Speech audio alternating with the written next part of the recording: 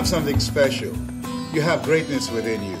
Hello, my name is Les Brown, and we'd like to welcome you to our program, a program that is designed to give you a larger vision of yourself beyond your circumstances and mental conditioning. And we have a special guest today, and she's an author, she's a mom, and she's an individual that's teaching people how to live their dreams. She's a dynamic and powerful speaker. Her name is Susan. Hello, Susan. How are you? I'm fine, thank you. Susan, I want to ask you, now, you as an entrepreneur, as a single mom, as an author and a speaker, what is the central message that you're bringing to people today? Go big, dream big, and live your dreams, and never give up. Now, when you look at your own background and your own experiences, what is it that you feel that caused you to become the person that you are now, and why you find it's important to deliver this kind of message?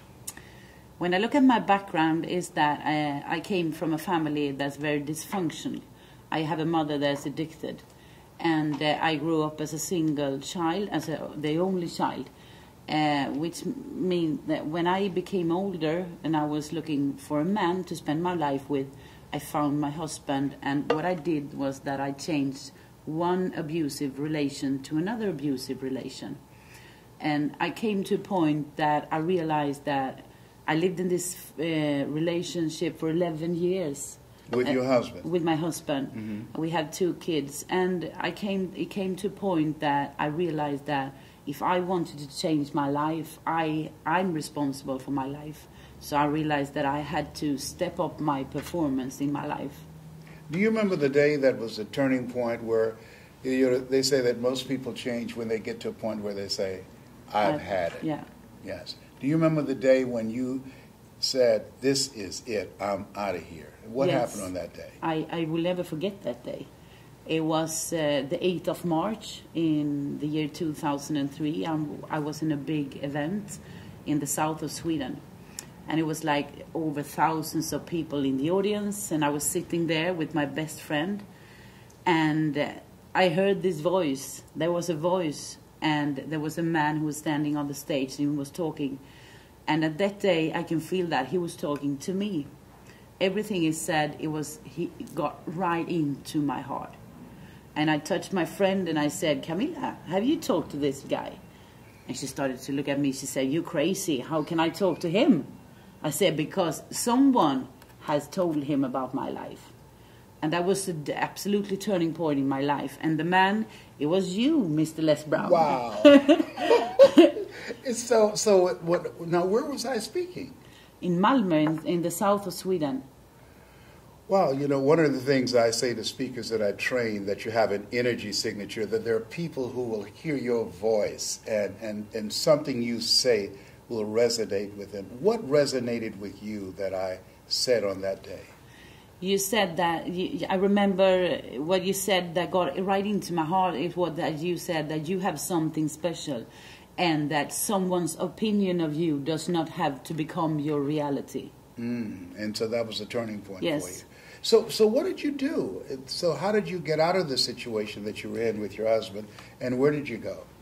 I actually, we were living in a house, so I actually went home. I told my husband that I wanted to divorce because I couldn't live no more with in this relationship.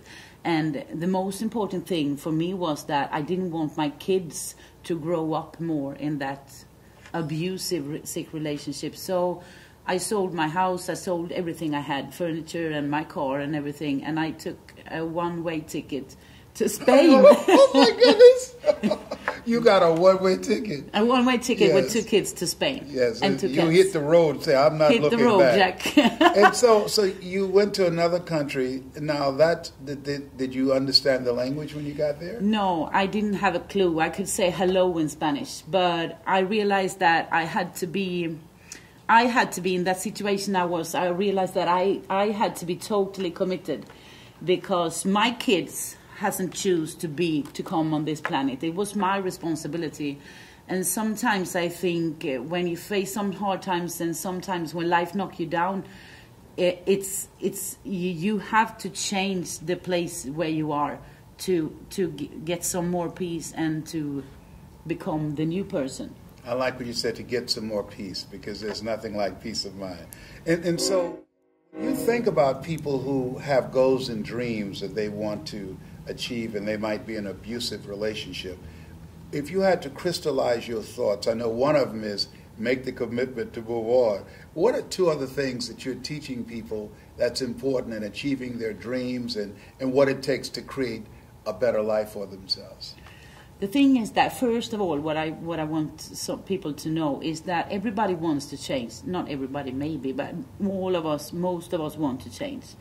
And the results you have in your life, it's the thoughts that you had until today. So if you want to make a change, you have to first reinvent yourself. What I did, because that's what you said when I heard you, that if you want to become that, live your dream and be that person that you would like to become, you have to change your thinking. You have to change the things you do.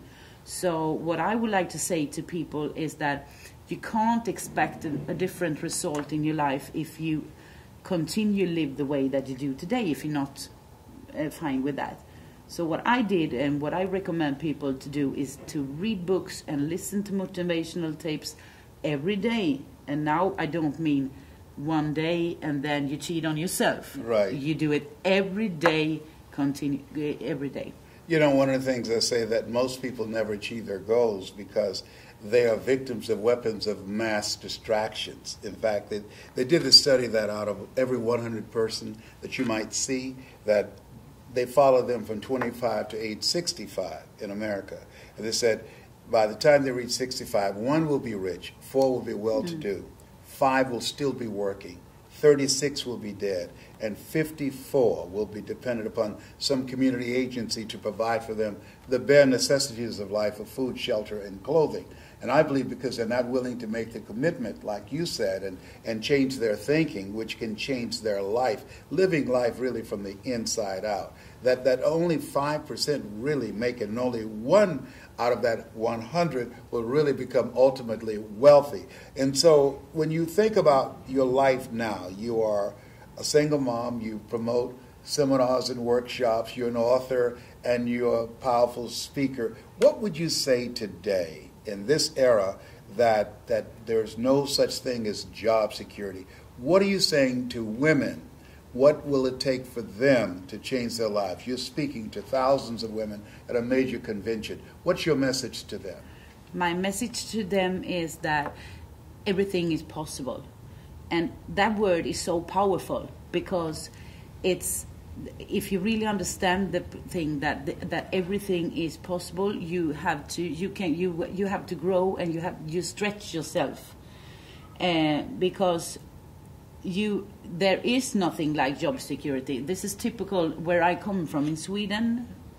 Everybody wants the security and the safety. I realized, and everybody has to realize, that if you want to do something, you have to take responsibility for your own life.